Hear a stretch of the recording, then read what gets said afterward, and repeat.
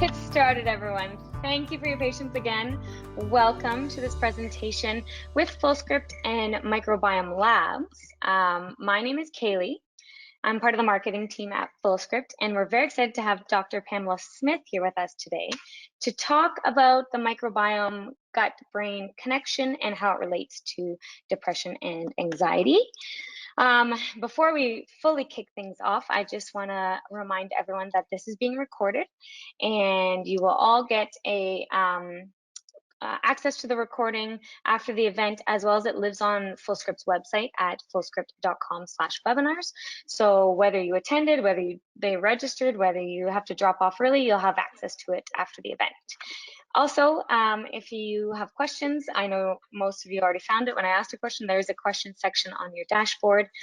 Feel free to ask some questions through there. And I'm not sure, but maybe we'll have some time for a live Q&A at the end. So before I get into everything, I just want to say again, thank you for joining us. We're very excited to have Dr. Pamela Smith here today. She has spent her first 20 years of practice as an emergency room physician with the Detroit Medical Center, and then 28 years as an anti-aging/functional medicine specialist. She's a diplomat of the board of the American Academy of Anti-Aging Physicians and is internationally known speaker and author on the subject of precision medicine, and is actually an author of 11 best-selling books. She holds a master's degree in public health and in metabolic and nutritional medicine, and is the founder of the Fellowship in Anti-Aging, Regenerative, and Functional Medicine, and the past co-director of the master's program in metabolic and nutritional medicine at the Morsani College of Medicine and the University of South Florida. She's been featured on CNN, PBS, and many other television networks, has been interviewed by numerous magazines, and has hosted 2 of her own radio shows. She was one of the featured physicians on the PBS series, The Embrace of Aging, as well as online medical series, Awakening from Alzheimer's and Regain Your Brain. And her new PBS CNN special will be aired this fall. So I could go on, and before I do that, I want to thank everyone again for their patience, but I'm going to hand it over to you, Dr. Smith, and thank you for bearing with me on that beginning there. It looks like we got everything going, so I'm going to disappear for a bit. I'll come back on for a live Q&A at the end. Perfect. All right, thanks everyone. Hello, everybody. We're going to spend the next few minutes looking at the microbiome gut-brain connection in relationship to depression and anxiety. So there is really a role for a personalized precision medicine in a healthcare crisis. There's a role to begin with for everybody. But during this time of crisis, many patients are experiencing more anxiety and depression.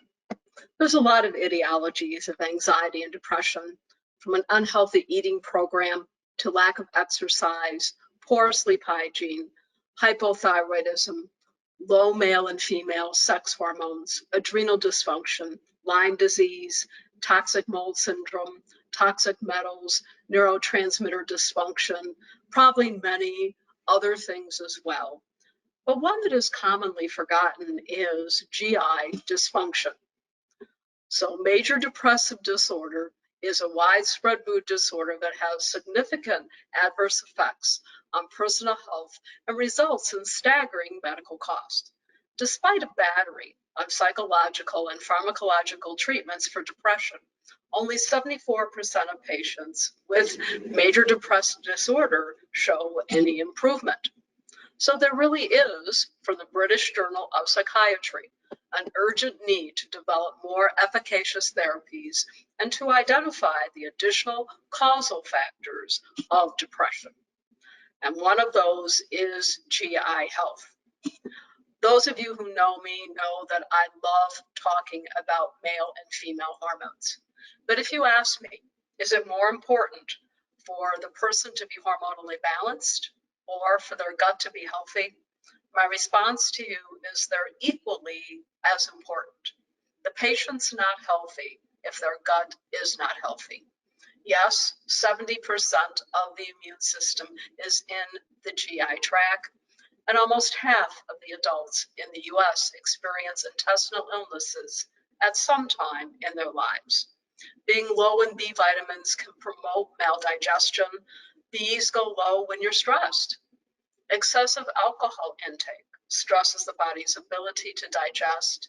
And of course, emotional trauma can affect digestion negatively. So just so we're all on the same page, what are signs of poor digestion? When I go through this list developed by Dr. Lindsay Berkson, oh my gosh, my patients are so surprised. They think it's okay to have one bowel movement a week. They're surprised to find out less than one bowel movement a day is a sign of poor digestion. Undigested food in the stools, foul smelling stools, feel better if they don't eat. Chronic indigestion after eating, poor sleeping habits, waking up tired, frequently cold for no reason, depressed for no reason. Patients have burping, passing gas, or bloated stomach. They feel stressed, and there's not a reason to feel stressed. They need to loosen their belt after eating, even though they haven't overeaten. They have a coated tongue, and if their pulse goes up 20 to 25 beats within 15 minutes after eating, these are signs of poor digestion. So what are signs of optimal digestion? 2 bowel movements a day. As a traditionally trained MD, when I first started looking about an anti-aging functional medicine approach, this one really surprised me and my colleagues. Yes, 2 bowel movements a day. No undigested food in the stools. Stools do not smell. You feel good after eating, and several hours later, sleep well, wake up feeling rested, warm extremities. Other signs of optimal digestion: good energy level throughout the day, no extreme food cravings. So when that patient tells you, oh, I have carb cravings, do not forget to look at the gut. They feel better after exercising, and they do not have frequent mood swings, shakiness, anxiety, and depression without a reason. Dysbiosis is defined as an imbalance in the gut microbial community that is associated with disease. This imbalance can be due to the gain or loss of community members or changes in relative abundance of the microbiomes. I basically say too much bad bacteria and not enough good is how I describe dysbiosis to my patients. So what symptoms can they have? Nausea, belching, bloating, heartburn, abdominal pain, cramping, abdominal distension, constipation and or diarrhea, cramps and spasms, hypersecretion of the colonic mucus, flatulence, halitosis. Patients can also have extraintestinal symptoms not linked to dysbiosis. This always surprises people, particularly if it is brain fog. I want to do a gut health test and they have brain fog. Patients just look at me with a quizzical expression. So what are the extraintestinal symptoms? Arthralgias, anxiety, yes, brain fog, cognitive and memory deficits, depression, anxiety, fatigue, fever of unknown origin, and frequent urination. Also, malaise, myalgias, palpitations, phlebitis, pruritus, skin rashes, seizures, and vasculitis. How does a patient get dysbiosis anyway? Too much bad bacteria and not enough good. Low levels of hydrochloric acid. Most of you know how to check a patient for hydrochloric acid. In fact, a medical trial showed that 40% of people who have an antacid that they're taking because they think they're producing too much stomach acid actually have reflux because they don't have enough hydrochloric acid.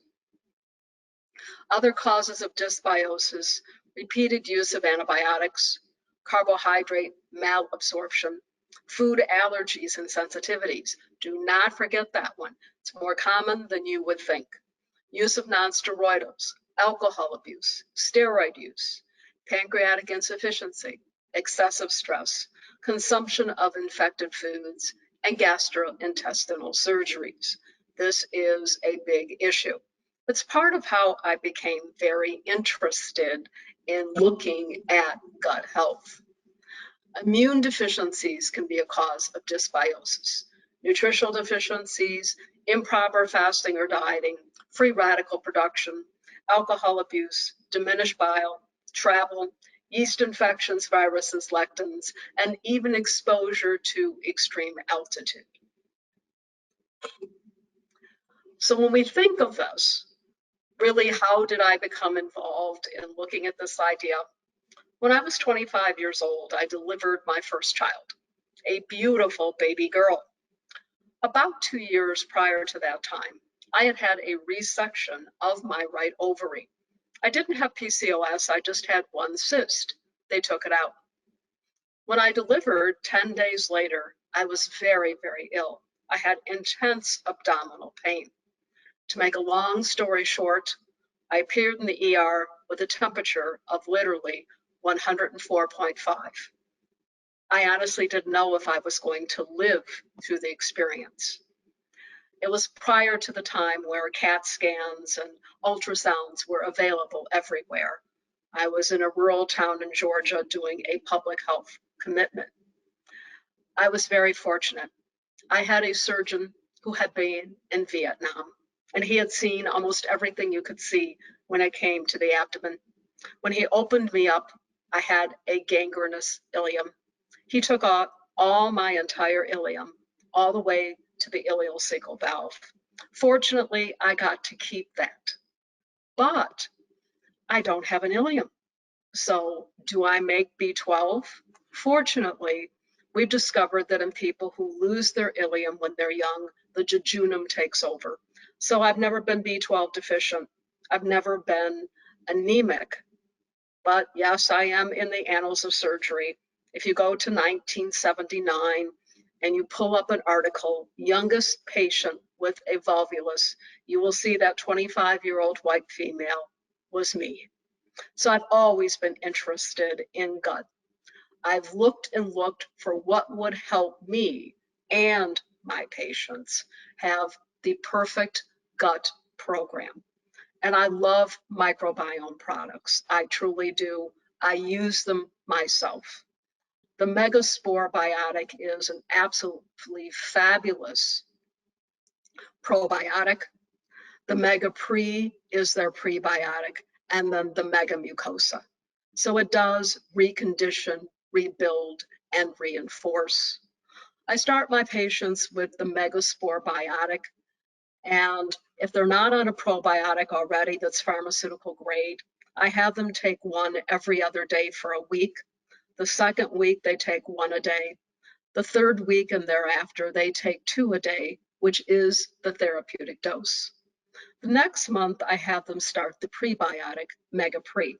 It comes as a pill or it comes as a powder. They both work.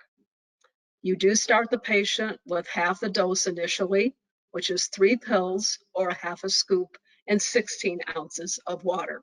It is very important that it is 16 ounces of water.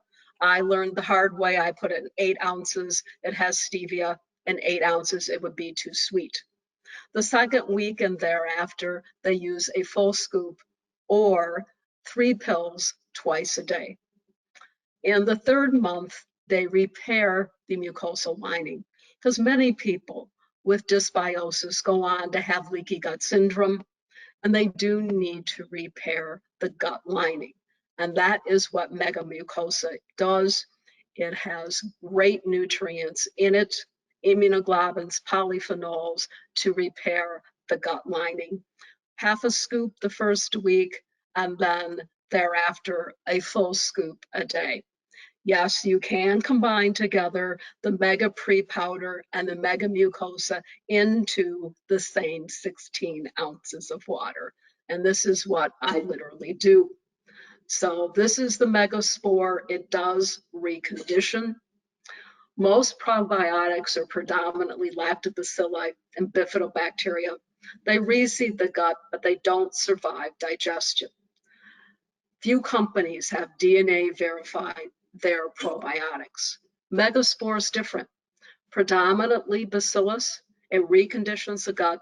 It does survive digestion. All humans do have binding sites for bacilli, not necessarily the other bacteria. effective colonization in the human gut. It is subject to third-party DNA verification, strong enough to withstand antibiotics. This is a big one. It actually survives the GI tract. It gets into the ileum itself. So it reduces leaky gut.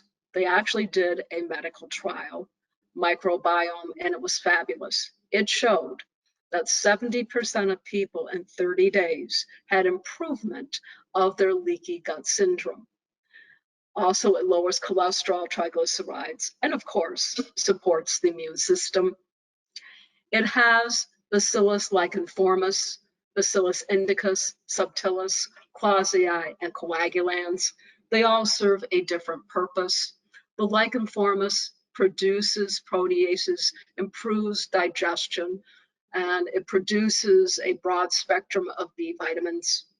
The indicus produces quinols and vitamins, very effective antioxidant.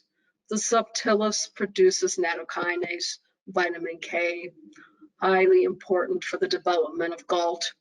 The clausius, potent immune stimulator, antibiotic resistant for use during antibiotic treatment. I actually used an extra dose 2 weeks ago. I went to see my dentist and he was redoing a crown. It was 30 years old, and I can't believe it. But you know what happens with healthcare providers. We all seem to be a nightmare for other healthcare providers. And I do have the world's best dentist. But when he went to numb me 5 days later, oh wow, did I have pain. I thought, my goodness.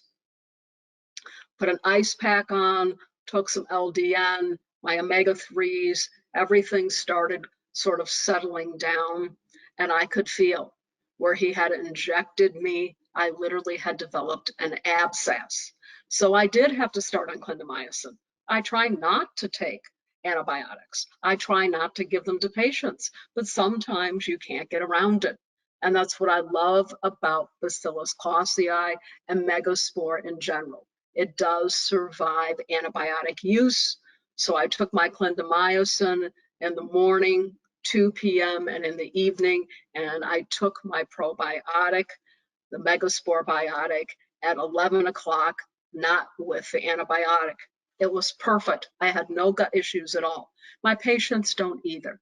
The Bacillus coagulans, I have a long time use with Crohn's, ulcerative colitis, IBS. It does support the immune system. Here's a picture of the Mega Pre. What I really love about this is that it increases Akkermansia, Faecalibacterium, and Bifidobacteriae. Akkermansia is the bacteria that lowers blood sugar. In fact, a recent trial has shown that Akkermansia is literally increasing that bacteria, is how metformin works. Here's a picture of the megamucosa. Yes, it really does rebuild. It has L-proline, L-serine, L-cysteine, L-threonine, immunoglobulins, and the citrus polyphenols. I already discussed with you how the patient would use these. They would ramp up the dose. It's important that they do that. When we look at the microbiome gut-brain connection, does fixing the gut, going through the total gut restoration program, does this really help with depression and anxiety? It does. I always had this conundrum. I would help people fix their hormones and they would be balanced. I would do neurotransmitter testing and help balance their neurotransmitters. We would make sure that they didn't have Lyme, mold, etc. But there were a group of patients that honestly, in 44 years of practice, I didn't always help them as much as I would have liked with depression and anxiety until I realized the microbiome gut-brain connection. Just so that we're all on the same page, human microbiota is the term used to describe all the microorganisms, viri, bacteria, etc., within the human body. The microbiome, as defined, is the complete catalog of these microbes and their genes. The numbers of bacterial and human cells are estimated to be close to equal to about 3.9 times 10 to the 13 bacterial cells. Human cells, 3.0. So they're honestly about equal. Research has revealed that the composition of the microbiota changes across the lifespan of the individual. So it does not stay the same. From this 2018 study, there has been an explosion of interest in looking at microorganisms in the GI tract and their impact on the body. So accumulating data does suggest that altered communication between gut microbiota and host systems could be evolved in disorders, things like obesity, diabetes, autoimmune disorders, neuropsychiatric disorders, autism, anxiety, and major depressive disorders. In fact, every single one of my patients honestly gets a gut health test. It's amazing. When I look at autoimmune diseases, no gluten, fix the gut, low dose naltrexone. This microbiome gut-brain axis is very important. The conceptual development of this axis has helped to facilitate the understanding of the complex and also very important bidirectional networks between the GI microbiota and their host. This elucidates potential mechanisms through which we can help influence the central nervous system physiology. So this bidirectional communication has been termed the microbiome gut-brain axis, and preclinical studies indicate that dysbiosis does influence depression, anxiety, and stress behaviors. So it suggests that the MGB could influence the risk of many diseases. The MGB axis is at the center of a new approach to mental health. The microbiome plays an important role in the programming of the HPA axis early in life, as well as stress reactivity over the patient's entire lifetime. 16S RNA sequencing has allowed scientists to investigate and compare microbial composition between individuals as an up-and-coming critical player in what we're going to do for optimizing the patient's mental health. This bidirectional interaction between the gut microbiota and critical parts of the central nervous system and immune systems are mainly through 6 directed and indirected pathways. The first is the endocrine, which I lovingly call the hypothalamic pituitary adrenal axis. The second is the immune system, which does include chemokines and cytokines. And we're talking about this a lot now because the people who are really sick with COVID, these are the people with cytokine storm. The third is the limbic system. The fourth is the efferent system. And then the fifth, the afferent system. Lastly, the sympathetic afferent systems. So when you look at the communication between the systems, the communication between the visceral, afferent, limbic, and autonomic systems provides the neuronal connections that underline the link between behavior and gut health. There are other factors that affect the MGB axis, including neurotransmitters produced by the gut. Remember the GI tract, 90% of serotonin is made in the gut. Tryptophan, GABA, many of these are regulated by the GI tract. Likewise, the integrity of the blood-brain barrier affects the MGB axis. In addition, the intestinal epithelial barrier affects the axis as well.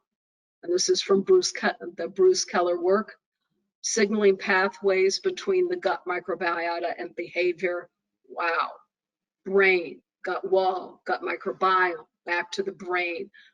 Whether you're looking at food intake, which is very important, to the bile, pancreas, energy expenditure, and in between. So major depressive disorder is the result of numerous gene-environmental interactions until now. many of the environmental mechanisms underlying the pathophysiology of the MDD remained elusive. The gut microbiome has become recognized as a major environmental factor that can affect the brain through the microbiota gut-brain axis. Study from 2016 revealed that the gut microbiome compositions of major depressive disorder patients and healthy controls were significantly different. People with MDD patients, the GI tracts were characterized by significant changes in the abundance of Firmicutes, actinobacteria, and Bacteroides.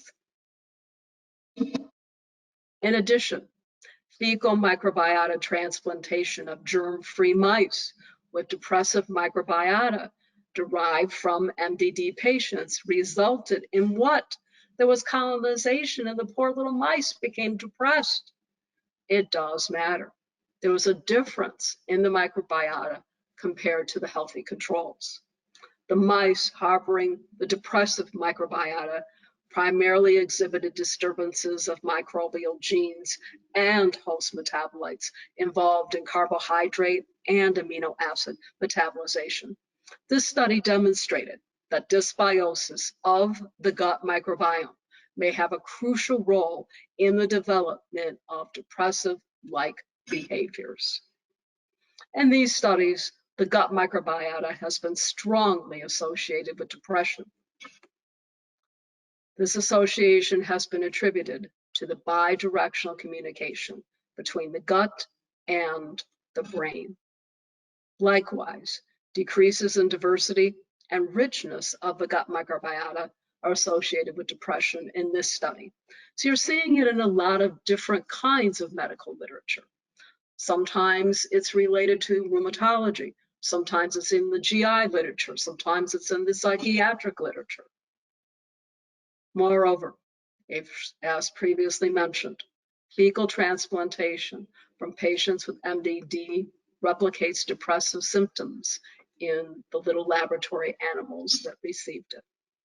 Changes in the gut microbiota are likely to contribute to the pathogenesis of depression in this study.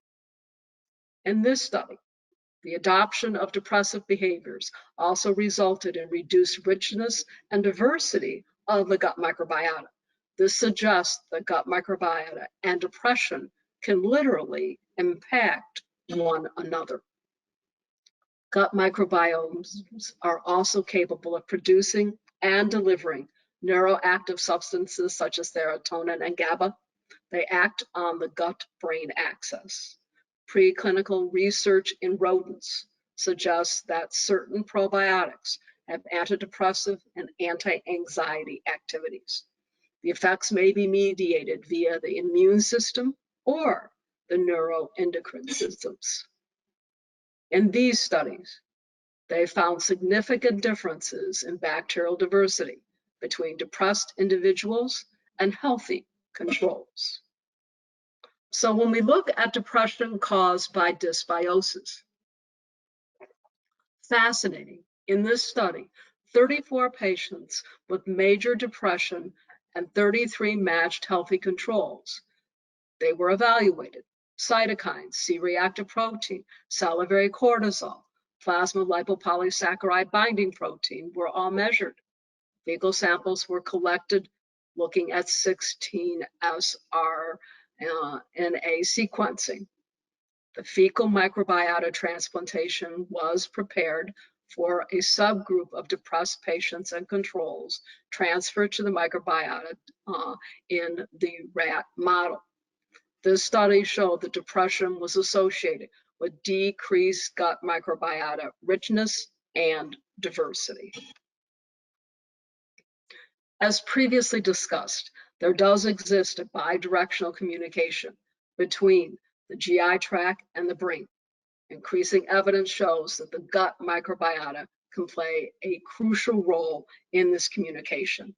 So the value of modulating brain development behavior with probiotics, prebiotics, and diet, looking at the gut microbiotic brain axis is going to have major influence in many areas of medicine and pharmacy, but particularly when we look at anxiety and depression.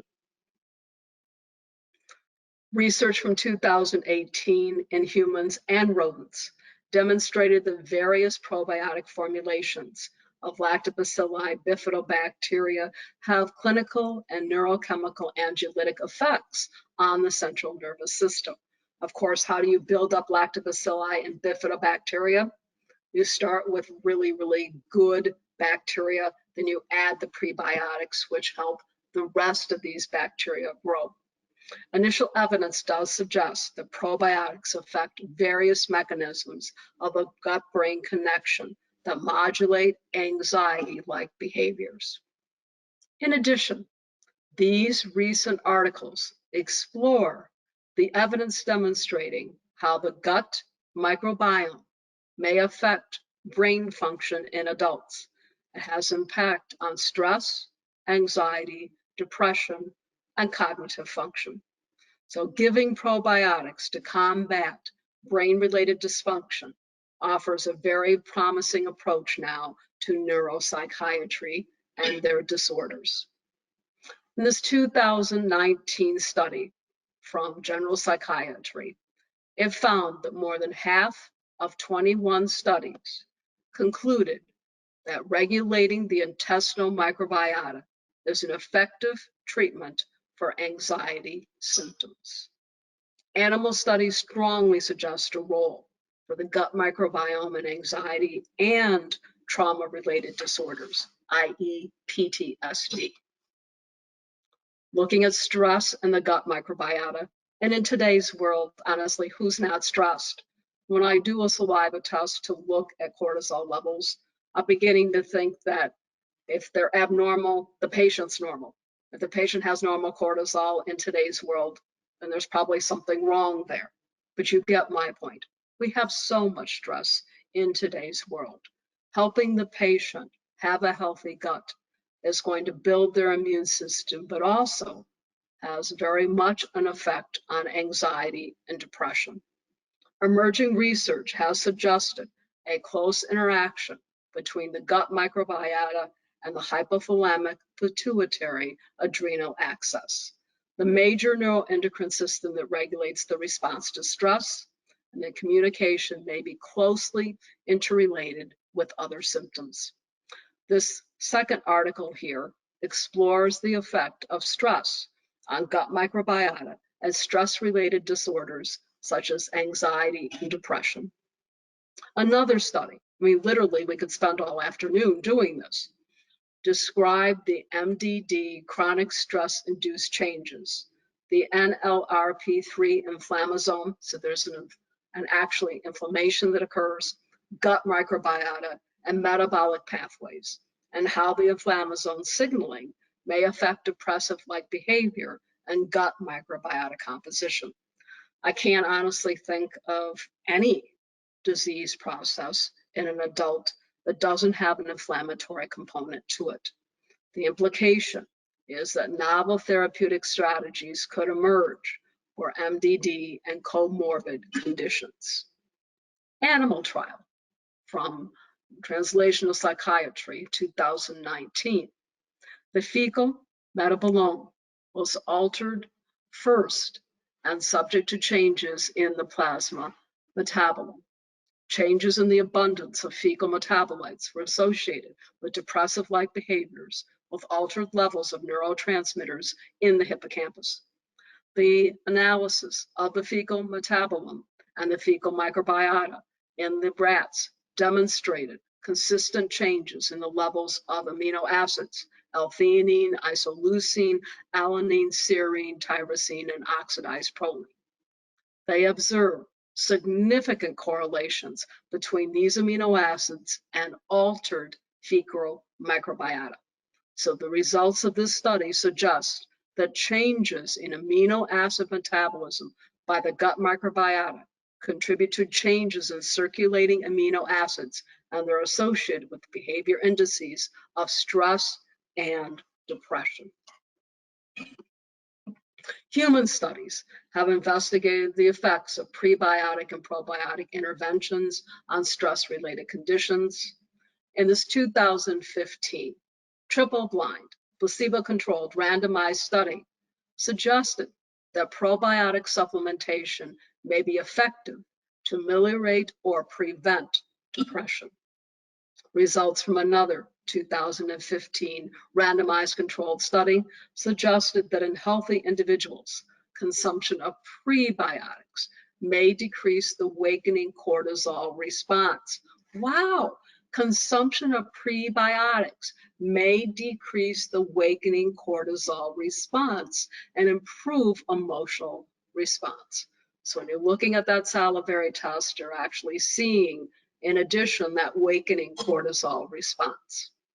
From this 2016 double-blind placebo-controlled study, it suggested that daily consumption of probiotics preserved gut microbiota diversity and may relieve stress-associated response of abdominal dysfunction in healthy subjects exposed to stressful situations. In an animal study, the absence of the gut microbiota exacerbates the neuroendocrine and behavioral responses to stress, particularly acutely, and the results coexist with alterations of the dopaminergic turnover rate in brain structures that are known to regulate reactivity to stress and anxiety-like behavior. Furthermore, stress has the ability to increase intestinal permeability. So the patient stays stressed, that dysbiosis goes on to leaky gut syndrome, most likely through the involvement of the corticotropin releasing factor and its receptors. They play a key role in the stress-induced gut permeability dysfunction. Stress also activates the autonomic nervous system, which affects the gastric acid, bile, and mucus secretion, as well as gut motility. And of course, gut motility is of particular importance since it's strongly associated with gut microbiota composition and richness. Several studies have shown that diets that modify the microbiota, prebiotics and probiotics, can reduce stress-related behaviors and help HPA activation. Dietary supplementation with polyunsaturated fatty acid, DHA, in socially isolated mice reduces anxiety and depressive-like behaviors in males, but not female mice in that study. Here, long-term supplementation with EPA-DHA mixture normalized the microbiotic profile in rats exposed to early life stress and attenuated stress reactivity. I do love the gut-specific fish oil made by Microbiome. I really do take it myself. It has EPA, DHA, and DPA in it. I love it. I was born with high triglycerides. I have my dad's family history. My husband has high triglycerides. So what can I say? Our children have high triglycerides. Personally, I've never been able to get my triglycerides perfect. They've been 333 since I was in med school. I've been taking 3,000 milligrams a day of fish oil for all these years. And I could never get them better than 240 until I started the gut-specific fish oil. Again, EPA, DHA, DPA. I honestly believe it's the DPA component. It has very much helped normalize my triglycerides, which are now 174. The same thing for my family and my patients. So all my patients' high triglycerides, it is the only fish oil I use. It's wonderful. When it comes to stress and the gut microbiota, interestingly, prebiotics reduce salivary cortisol awakening response in healthy people as well. In this study, the administration of lactobacilli to the little laboratory animals improved stress-induced behavior deficits and attenuated the stress-induced level of steroids. Administration of, again, probiotics prevented stress-induced changes in neurogenesis, barrier integrity, and stress reactivity. In addition, while the enteric nervous system is capable of independently regulating basic GI functions like mucus secretion, blood flow, and motility, central control of the gut functions is provided by vagal and somewhat by spinal motor input that serve to coordinate gut functions with the general hemostatic state of the organism. This central control over the enteric nervous system is important for adaptive gut responses during stressful events that signal homeostatic threat to the organism itself. The vagus nerve has been proposed to serve as the most important neuronal pathway for the bidirectional communication between gut microbes and the brain. Specifically, chronic treatment with Lactobacillus rhamnicus led to regional dependent alterations in central GABA receptor expression, accompanied by reduced anxiety and depressive-like behavior, and attenuation of stress-induced corticosteroid response. These effects require an intact vagus nerve. In a different model, the alanguletic effects of the Bifidobacterium longa was absent in mice who had their vagus nerves cut. In contrast to effects mediated by probiotics, changes in the microbial ecology as a consequence of antibiotic treatment in mice did not depend on vagal nerve integrity. So additional signaling pathways are probably involved in the microbiota brain-gut communication. New products made by Microbiome, ZenBiome, brand new. This one is to help with coping. It's got Bifidobacterium longamin, B6, B12, and saffron. So it supports healthy mood, promotes better occasional stress coping, supports brain function, and enhances vitality. When you look at neurotransmitters in the gut microbiota, when you examine animal models, several different pathways of communication have been identified in this gut-brain axis, including those driven by the immune system, as we mentioned, the vagus nerves, or by modulation of neuroactive compounds by the microbiota. Of the latter, bacteria have been shown to produce or consume a wide variety of mammalian neurotransmitters: dopamine, norepinephrine, serotonin, GABA. Increasing evidence in animals suggests that manipulation of these neurotransmitters by bacteria may have an impact in host physiology, and preliminarily human studies are suggesting that microbiota-based interventions can also alter neurotransmitter levels. Since the brain-gut axis is bidirectional communication system between the CNS and the GI tract, serotonin does function as a key neurotransmitter of both endpoints of this network. Accumulating evidence points to the crucial role of the gut microbiome in regulating normal function of this system. The microbial influence on tryptophan metabolization and serotonin is so important. By adulthood, the developing serotonergic system may be vulnerable to different microbial colonization patterns prior to the emergence of a stable adult-like microbiota. As people age, the decreased diversity and stability of the gut microbiota may dictate serotonin-related health problems in adults as they age.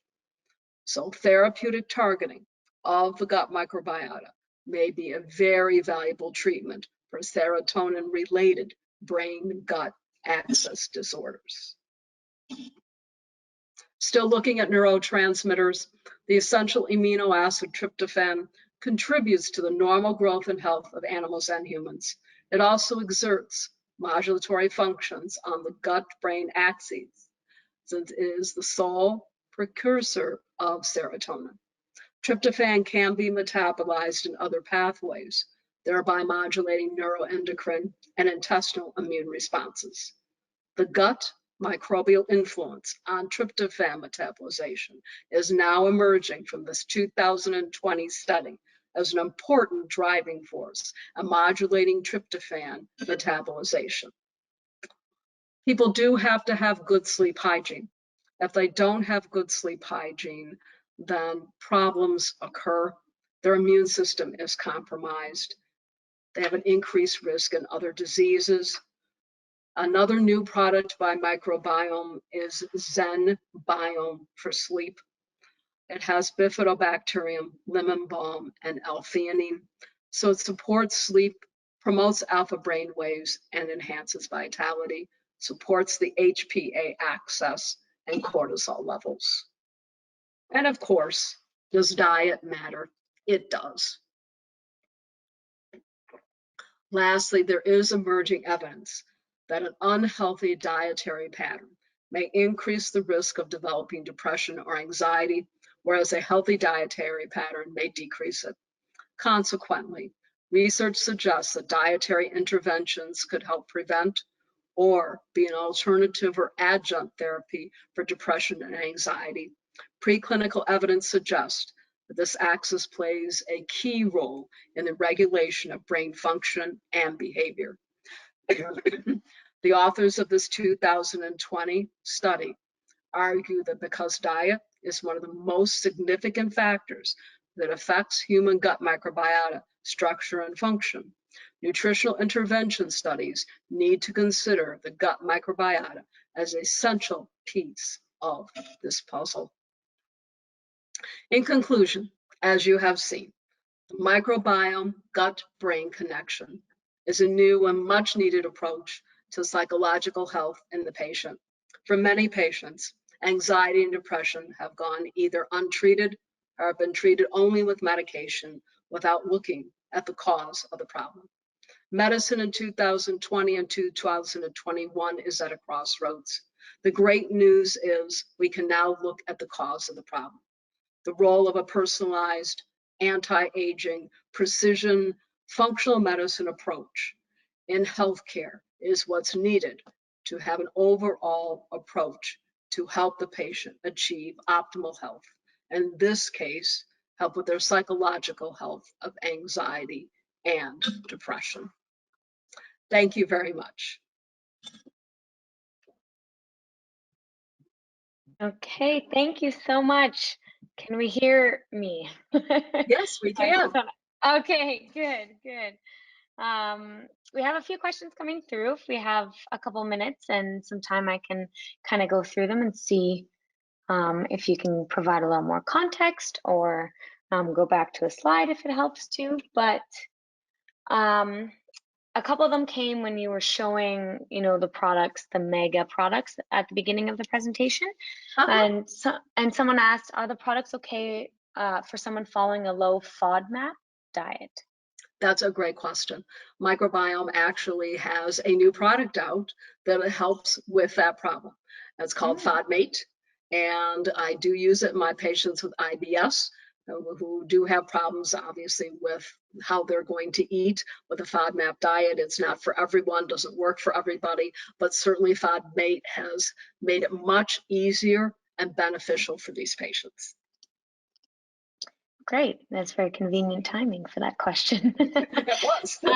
Yeah, and along with those products as well, can you mix them with food like a smoothie? You can, and actually one of my staff does that. They also make, believe it or not, muffins that has prebiotics and probiotics in it. They come in 3 different flavors, and that's something we'd love to talk to you about too. If anybody's happy to reach me at faafm63@yahoo.com, faafm63@yahoo.com. Happy to go over those products with you. They literally are muffins. You can either put it in a nice little coffee cup and eat it out of there. It takes 2 minutes microwaved, or you can put it in a little muffin tin and turn it into muffins. Again, there's 3 different flavors. There's one flavor that is the best for diabetics because the sweetener in it is not cane sugar or molasses. And there's different sweeteners in all of them, but it does have pre and probiotics in it. So there's a lot of ways of looking at getting this into the body. Yeah, that's awesome.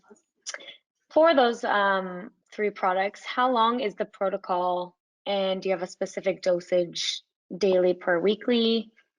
Kind of, what do you recommend, or what is recommended? Well, the dosages there and how you start the patients are on the slides. But to be specific, what I do is I start the Megaspore, okay, probiotic the first month. And not everybody does it this way, but I have great success. I add the Mega Pre, the prebiotic in month 2. And then in month 3, I add the Mega Mucosa. And it really does work out great that way. But then the question comes, what do you do after that? And this is my own protocol. So this is not microbiomes. This is what I do in my own practice. And it's great because we have a lot of people with autoimmune diseases. We do gut health is really for everybody. And so we put them on a maintenance protocol. Happy to send that to everybody. But for most people, that is after the 90 days, they take everything on Monday, Wednesday, and Friday. 2 of the Megaspore biotic, and then 1/2 of the Mega Pre and Mega Mucosa, Monday, Wednesday, and Friday. For my patients for IBD, actual ulcerative colitis, people who have Crohn's, I do keep them on it every day. For people like me that are missing part of their ileum, people that have had a Roux-en-Y, those kind of things, they should be on them daily. Okay. And let's see what we have. This one is kind of, again, asking your suggestions or explanation, but they asked, or they said, I have a large number of patients that did incredibly on Megaspore month 1, but did not tolerate Mega Pre. Any explanation or suggestions or substitution products that have similar benefits? Yes, I've had the same issue with a few of my patients. And what we discovered is we probably missed H. pylori. Those people all of a sudden get bloating, gas, and indigestion. And so I use the Mega Guard for that. And some people need just 1 bottle, some people need 3 or 4 bottles, but the Mega Guard has great nutrients in it that helps with that bloating, gas, and indigestion, and helps with minor H. pylori infections. If the H. pylori is a bigger issue, then obviously you can add zinc carnosine to the Mega Guard.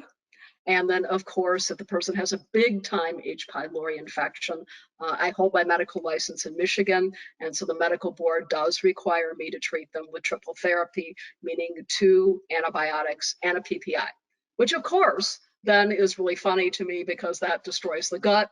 But that's what the Megaspore biotic is for, because I do use that in that protocol and it works very well.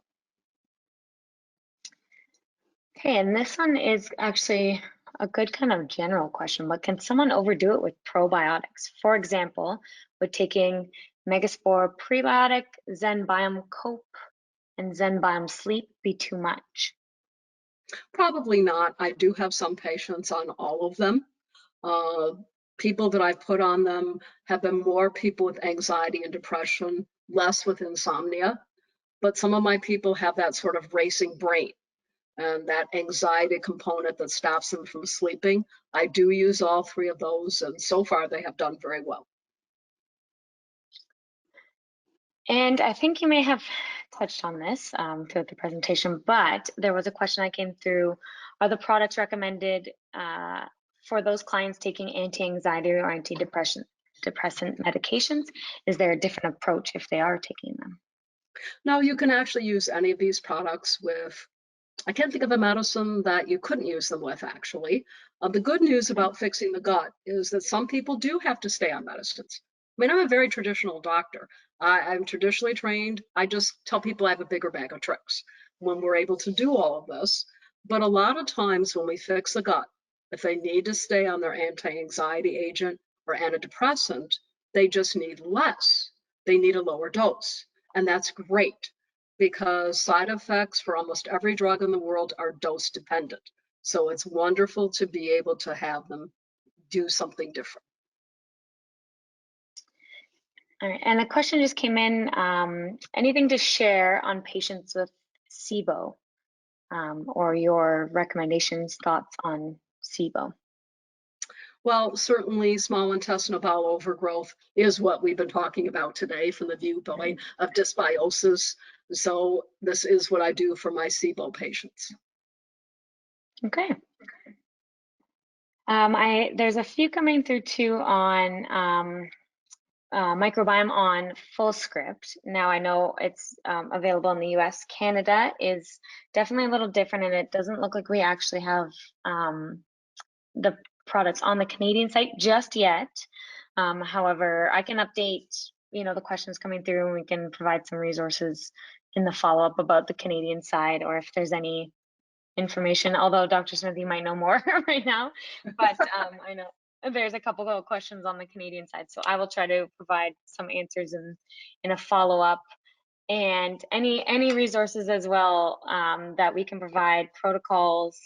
I know we have protocols in app on the Fullscript app as well as on our website now, so we can share those in the follow-up, and of course the recording. So there'll be lots of resources. So hopefully we can answer any lingering questions. There's another question to repeat your email. I did write it in the chat, which will disappear, but if you want to repeat. Sure, it's faafm63@yahoo.com. And truly, you are free to please use it. The healthier gut we have for the entire world, the better patients and the saner we are as well when we can help people. I love it. Well, I'm conscious of your time and everyone else's time too. So again, questions, you have access right to Dr. Smith there, as well as webinars at fullscript.com. I can try to pass along anything that comes through our way as well. Keep an eye out for the recording and resources. And thank you for bearing with me, Dr. Smith, on the issues at the beginning, and for being here with us today in that very informative webinar. Lots of information and some great engagement throughout. So it was great. We hope to have you again. Oh, thank you so much. I really appreciate the opportunity. Everybody have a great day. Yes, thank you very much. Enjoy the rest of your day, everyone.